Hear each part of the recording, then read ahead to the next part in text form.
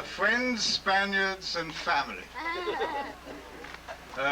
It's my responsibility as the second son of our parents to ask you to join me a little bit later in drinking a toast to my elder brother. I repeat that quite deliberately because unfortunately there are several people here who think that I'm the older brother. Now let's start at the beginning.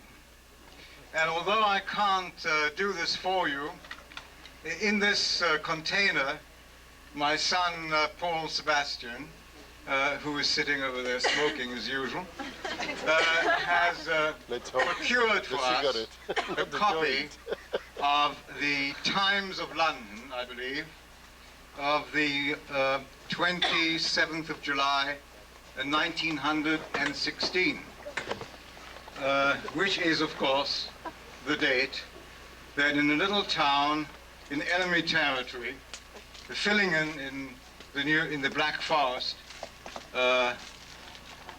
Major, I think it was Major, Richard Hurwitz and Meta Schlossman, my mother, gave birth to a bouncing boy who's been bouncing ever since.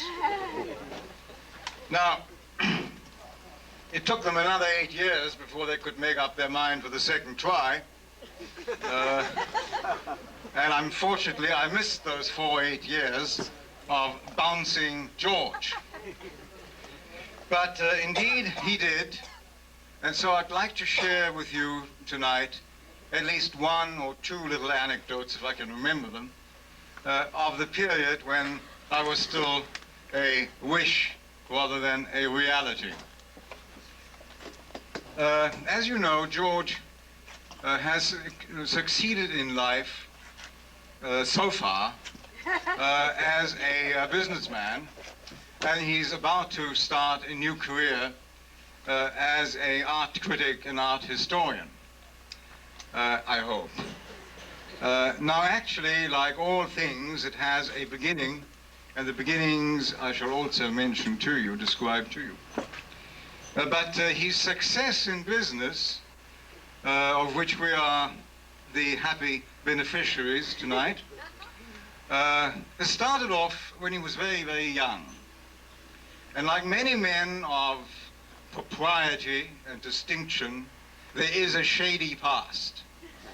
And in this case, the shady past is in drug dealing. Now, as a young man, I should mention that my father was a very severe man, but my cousin, the eldest member of my cousins, of a family alive, who's sitting over there, Egon, only mentioned the other day, he was a magnificent and well-known doctor, for whom one of those for whom his patients happily died. Now, father practiced right opposite the station in Berlin, Bahnhof Zoo, which, as you know nowadays, is famous for its drug dealings.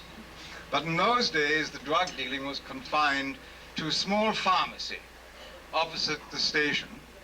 And we lived, and my father practiced, in a building right opposite that station in the center of Berlin.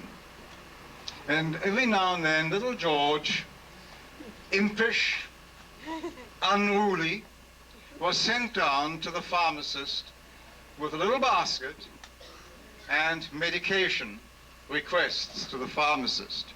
And one fine day, I think he was about 6 years old, one fine day, my mother received an urgent alarm call from a friend to say that George was standing under the arches of the Berlin Zoo station, surrounded by a large group of people in a state of hilarity.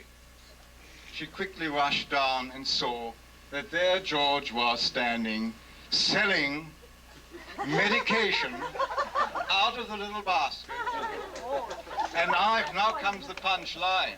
It wasn't your ordinary kind of medication. It was the then only remedy for venereal diseases. It was a good beginning to a successful business career.